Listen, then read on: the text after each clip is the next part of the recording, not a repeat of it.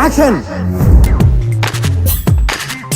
Love failure సినిమాలో hero Siddharth తో నటించి తెలుగు తెరకు పరిచయమైన హీరోయిన్ అమలాపాల్ ఆ సినిమాతో మంచి గుర్తింపు తెచ్చుకున్న తర్వాత రామ్ చరణ్ తో నాయక్, బన్నీతో ఇద్దరమ్మాయిలతో, నానితో జెండాపై కపిరాజు సినిమాలతో తెలుగులో తనకంటూ ఒక మంచి గుర్తింపు తెచ్చుకుంది అమలాపాల్. అయితే కొన్ని సంవత్సరాల ముందు ప్రేమించి పెళ్లి చేసుకుని తక్కువ సమయంలోనే విడాకులు తీసుకున్న భామ అమలాపాల్ తాజాగా బాలయ్య సినిమాలో నటించాలని తహతహలాడుతోంది. ఇటీవలే బాలయ్య 100వ చిత్రంతో గౌతమిపుత్ర శాతకర్ణితో సంచలన విజయం సాధించి అందరినీ ఆశ్చర్యపరిచాడు. దీంతో బాలయ్య తదుపరి చిత్రంపై అంచనాలు పెరిగాయి.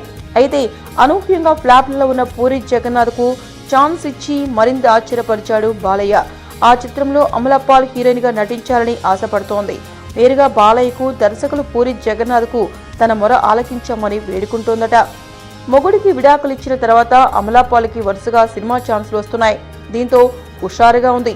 ఇక బాలయ్య సినిమాలో నటిస్తే అందున పూరి జగన్నాథ్ దర్శకులైతే ఇంకా బెటర్ గా ఉంటుంది కాబట్టి ఆ ఛాన్స్ ఇవ్వమని కోరుతోందట.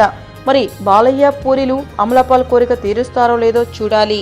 మీకు ఈ వీడియో నచ్చితే ఒక లైక్ కొట్టండి, లేకపోతే కామెంట్ చేయండి. బట్ సబ్స్క్రైబ్ చేయడం మర్చిపోకండి.